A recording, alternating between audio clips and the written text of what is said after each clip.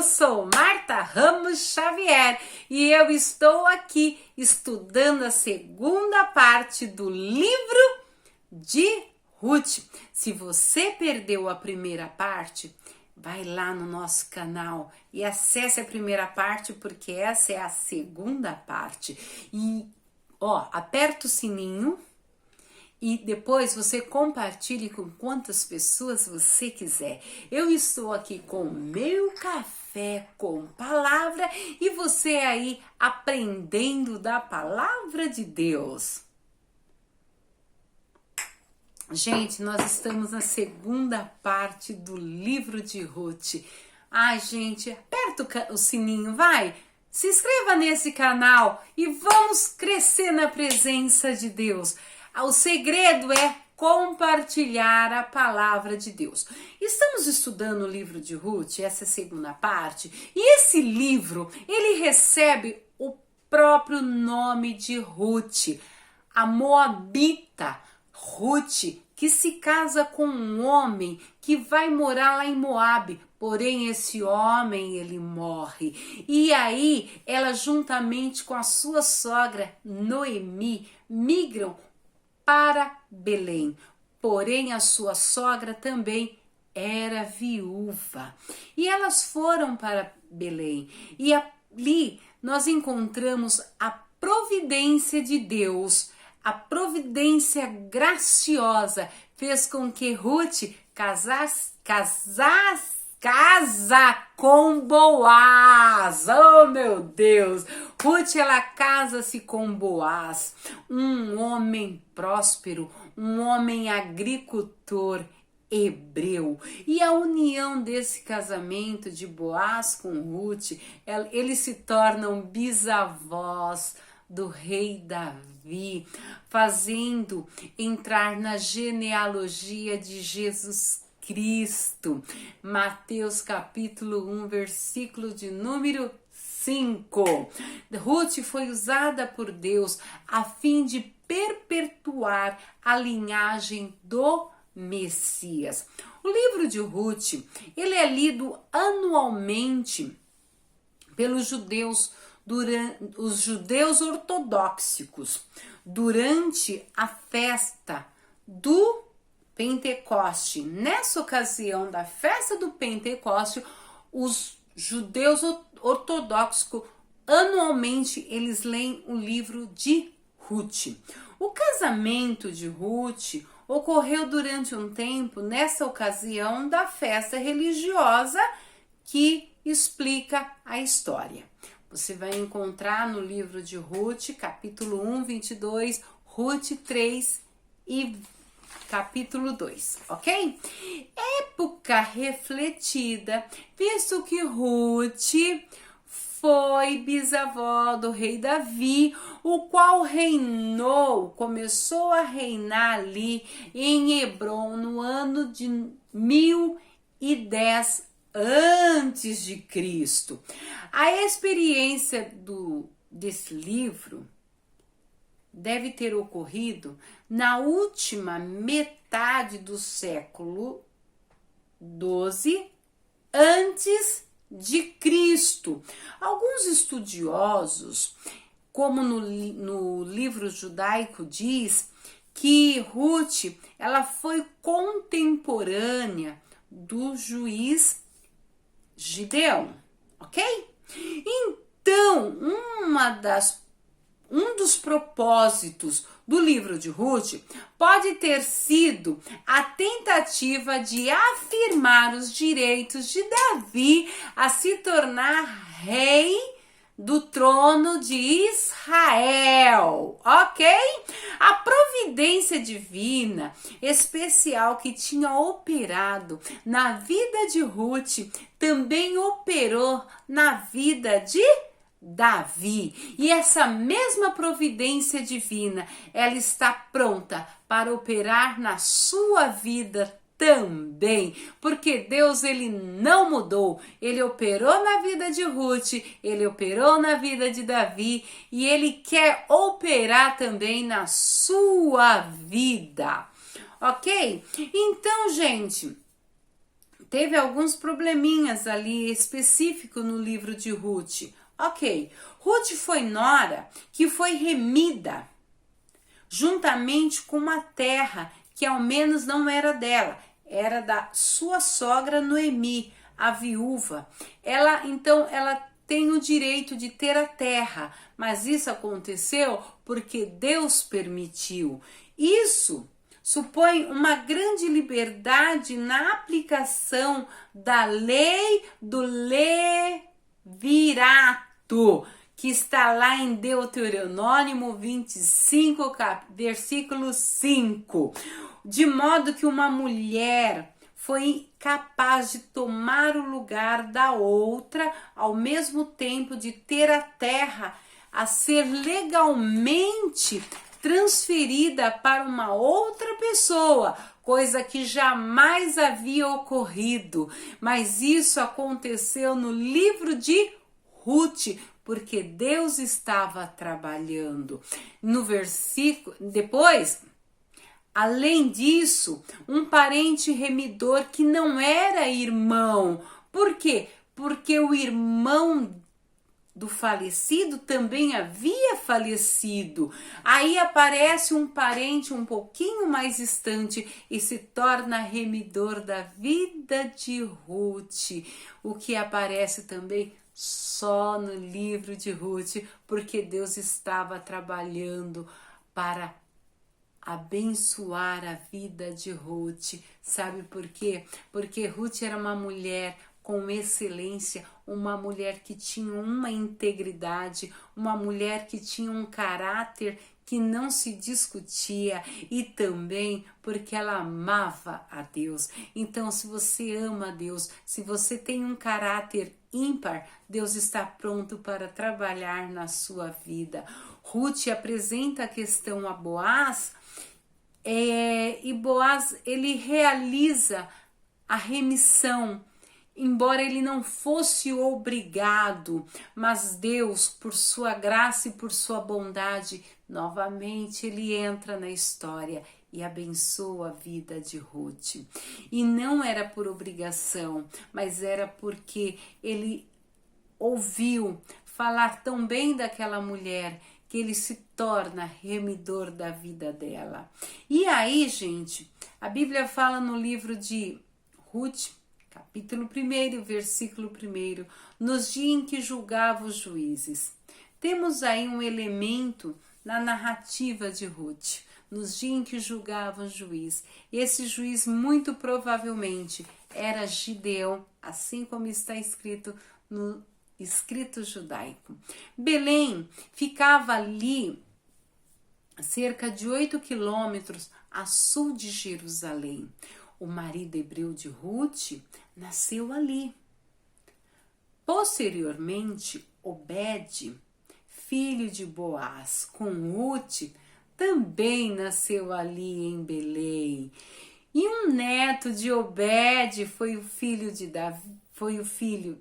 Davi, também nasceu ali em Belém. E Belém também foi o lugar do nascimento de Jesus Cristo, o maior filho de Davi. Filho de Davi! Jesus, filho de Davi! Nasceu ali. Você vai encontrar no livro de Lucas, versículo de número 2, do 4 ao 7.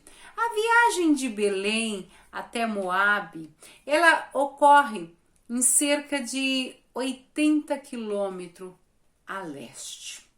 Sabe, gente, essas duas mulheres, Ruth e Noemi, elas fizeram esse caminho a pé, sozinhas. Elas fizeram esse percurso. No entanto, lá em Judá, Boaz estava esperando por Ruth. Mas como que Boaz estava esperando por Ruth? Porque no mundo espiritual, Deus já estava trabalhando. Quando nós colocamos alguma situação nas mãos de Deus, você pode não ver, mas no mundo espiritual, Deus já vai trabalhando. E um acontecimento que já tinha a providência de Deus, o encontro de Boaz com Ruth, desde os tempos que passamos, a Bíblia fala que muitas são as aflições dos justos, mas o Senhor, Ele livra e Ele nos guarda, porque o seu amor, a sua glória, a sua bondade, ela é tão grande que Deus, Ele nos livra de todas as aflições. Portanto, ainda que não havia um herdeiro naquela linhagem, mas já ia ter, haveria sim o início de tudo isso. Davi estava esperando 3 gerações para nascer. E aí, Jesus Cristo, ele esperou muitas outras gerações para nascer dessa linhagem de Ruth. Ruth, ela se apega tanto à sua sogra Noemi, ela se apega um tanto com amor. Capítulo 1 de Ruth, do versículo 6 ao 18, e aí você vai ver que espalharam-se as notícias em que Belém de Judá tinha pão, que em Belém de Judá não passava-se necessidade, não tinha mais escassez e não havia fome ali. E assim, Noemi, ela começou a pensar que quando ela estava em Belém, ela tinha lindas lembranças, ela tinha memórias assim que trazia alegria na sua alma. Porém, Moabe tinha muita tristeza. Ela lembrava do retrocesso, da tragédia, de tudo que havia tornado de ruim na vida dela, e sem contar que em Moabe tinha idolatria, ela vivia no meio de um povo que era idólatra. Então ela resolve voltar para Belém. Aí no capítulo 1 de Ruth, versículo de número 8, ela diz assim: voltai cada um à casa de sua mãe, porque tanto órfã como Ruth, elas tinham papai e mamãe.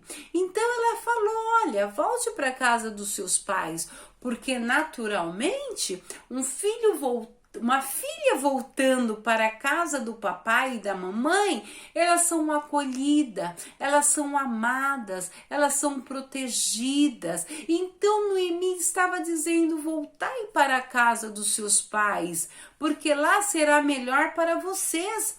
Então ali vocês terão suprimento, e Deus sem dúvida abençoaria ambas, cada um na casa dos seus pais. E Noemi também seria abençoada indo para Belém, porque as localizações geográficas não impedem o agir de Deus. As localizações geográficas não impedem que a bênção de Deus ela chegue, porque a bênção de Deus ela não se limita com fronteira. A bênção de Deus ela não se limita com localizações geográficas, porque a bênção de Deus ela vai além do que você possa imaginar. Porém, ambas tinham algo diferente, eram pessoas completamente diferentes. E o amor de Noemi não era um amor egoísta, aquele amor: olha, vocês vão ficar comigo, eu vou prender vocês a mim.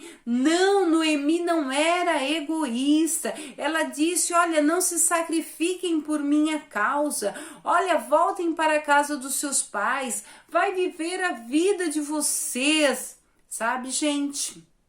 E Noemi, ela fala assim para suas noras: o Senhor use convosco de benevolência, porque Deus amou o mundo de tal maneira que ele deu o que ele tinha de melhor, que era o seu único filho. João 3,16. Porque a bondade de Deus, ela é tão grande que ela não se limita. Então, no versículo 10, ela diz assim, as noras dizem assim: iremos contigo ao teu povo. A determinação das duas jovens de ficarem com a sogra, isso demonstra uma profunda amizade, amor, cumplicidade, companhia, companheirismo com aquela senhora mais velha, com aquela sogra simpática e amável. As duas jovens estavam resolvidas. Olha, nós seguiremos ao teu Deus. Olha, nós somos convertidos ao Deus dos hebreus.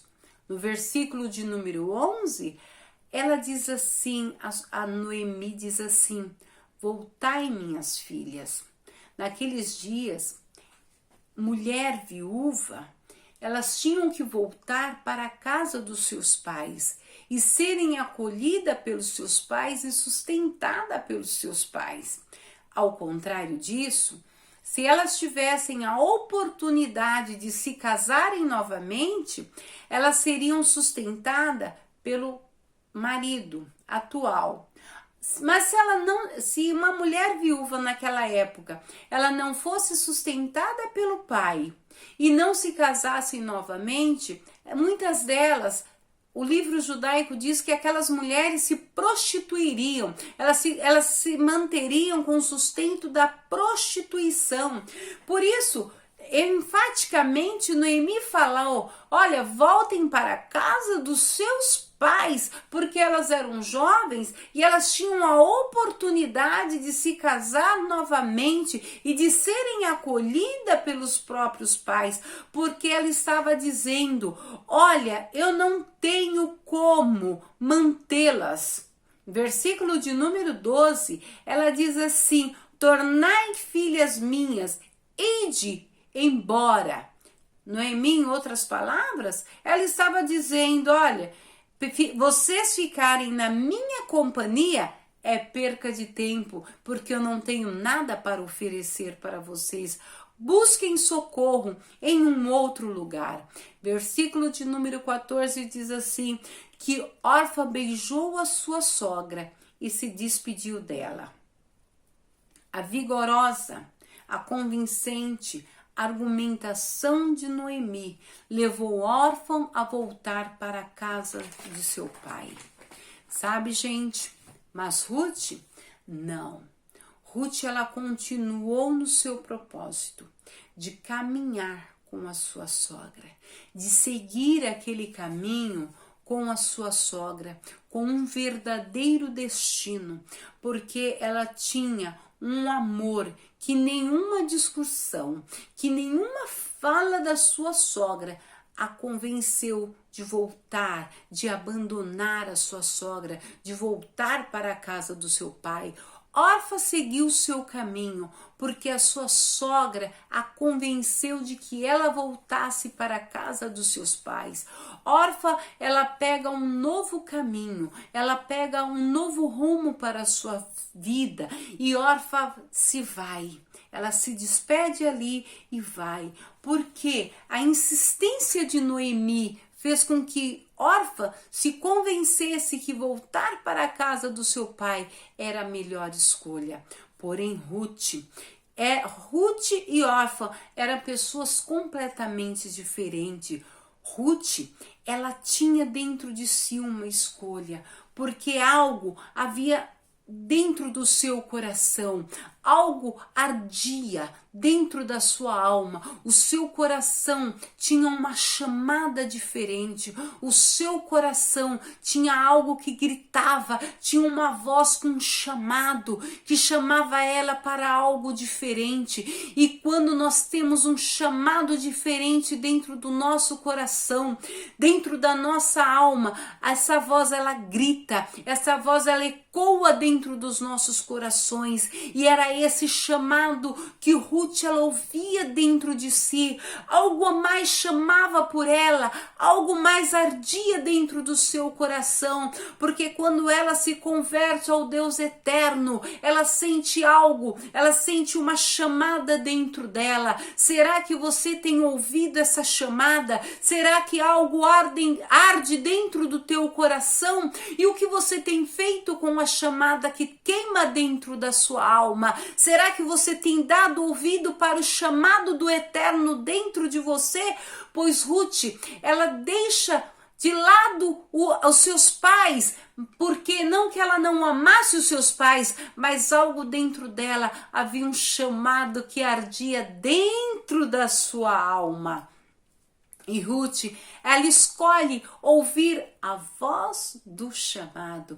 E ela pega o caminho da excelência. E o caminho da excelência é o caminho do amor. O caminho do chamado. Ele chama-se amor. E tudo que tem amor tem excelência. E ela ouve e vai. E ela acompanha a sua sogra até Belém. E a sua sogra, ela ficou assim admirada, ela apreciava a determinação da sua nora, o amor, o chamado, e a sua sogra cada vez mais se admirava pelo amor, pelo chamado de Ruth. Gente, hoje eu vou parar por aqui, mas eu aguardo você para a nossa terceira parte desse chamado da vida de Ruth. Eu fico aqui com o meu cafezinho e aguardo você para o nosso próximo assunto sobre a vida de Ruth. Fica com Deus e até breve!